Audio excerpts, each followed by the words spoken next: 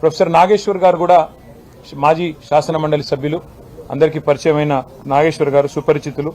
ప్రత్యేకంగా బడ్జెట్లోని మరి ప్రాధాన్యత అంశాలు, ఏ రకంగా బడ్జెట్ను విశ్లేషించాలి, ఏ రకంగా అర్థం చేసుకోవాలి, ప్రభుత్వం చేసే అంకెల గ్యారెడీని ఏ రకంగా మనం దాన్ని లోతుగా అధ్యయనం చేయాలనే విషయంలో చాలా విలువైన సూచనలు వారు కూడా ఇవ్వడం జరిగింది.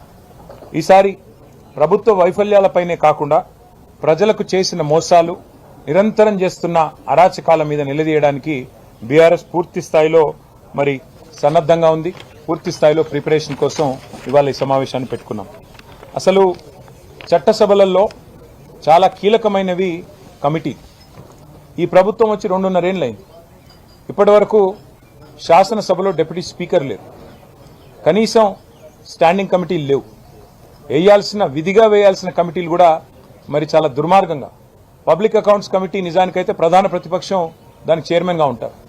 మా పార్టీ తరఫున పెద్దలు కేసీఆర్ గారు హరీష్ రావు గారి పేరును ప్రతిపాదిస్తే పీఏసీ చైర్మన్గా, ఆ రోజు స్పీకర్ గారు ముఖ్యమంత్రి గారి కనుసన్నల్లో మా పార్టీ నుంచి డిఫెక్ట్ అయిన, మా పార్టీ నుంచి పార్టీ మారిన, కాంగ్రెస్లో చేరిన శేర్లింగంపల్లి ఎమ్మెల్యే గారికి అవకాశం ఇచ్చి ఇవాళ ప్రజాస్వామిక విలువలను కూడా తుంగలో దొప్పారు, రాజ్యాంగ స్ఫూర్తిని కూడా మంటగలిపారు.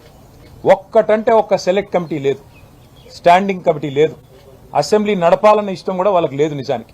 కానీ ఏదో నడపక తప్పని పరిస్థితుల్లో అనివార్యంగా బడ్జెట్ పాస్ చేసుకోవాలి, లేకపోతే మరి ₹1 కూడా ఖర్చు చేసే అవకాశం ఉండదు. కాబట్టి ఇవాళ ఏదో తూతూ మంత్రంగా అసెంబ్లీ నడిపే ప్రయత్నం రాష్ట్ర ప్రభుత్వం చేస్తూ ఉంది.